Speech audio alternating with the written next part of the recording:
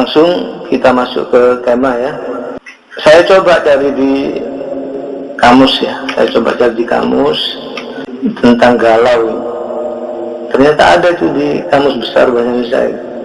Di galau, gelisah, merana itu ada semua. Atau apa lagi yang mirip?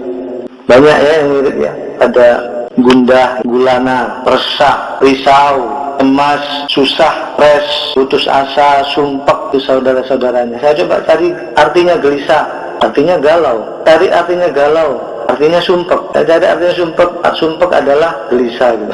Jadi kamusnya juga ikut galau ya. Susah ngartikannya. Sebetulnya orang galau ini atau orang gelisah itu kenapa?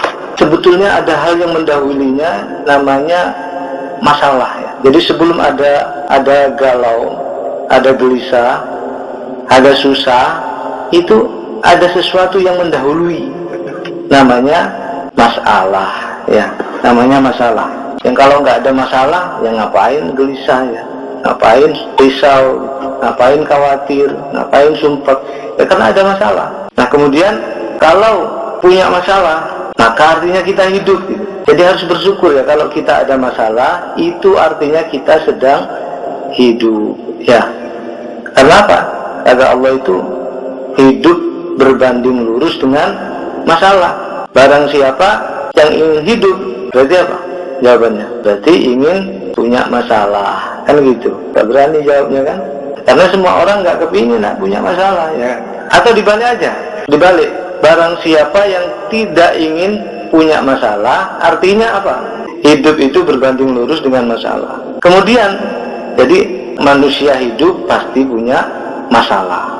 Nah, setelah punya masalah, manusia itu terus kemudian menjadi gelisah, menjadi galau, menjadi resah, menjadi sumpek. Setelah perasaan itu muncul, maka dia lanjutkan dengan hal berikutnya, yaitu apa? Kalau punya masalah, punya sumpek, biasanya terus banyak berkeluh kesah. Ya, keluh kesah yang muncul. Kemudian setelah berkeluh kesah ini, manusia menjadi terbagi dua. Ada yang melanjutkan keluh kesahnya, ada yang bersabar menghadapi masalahnya gitu.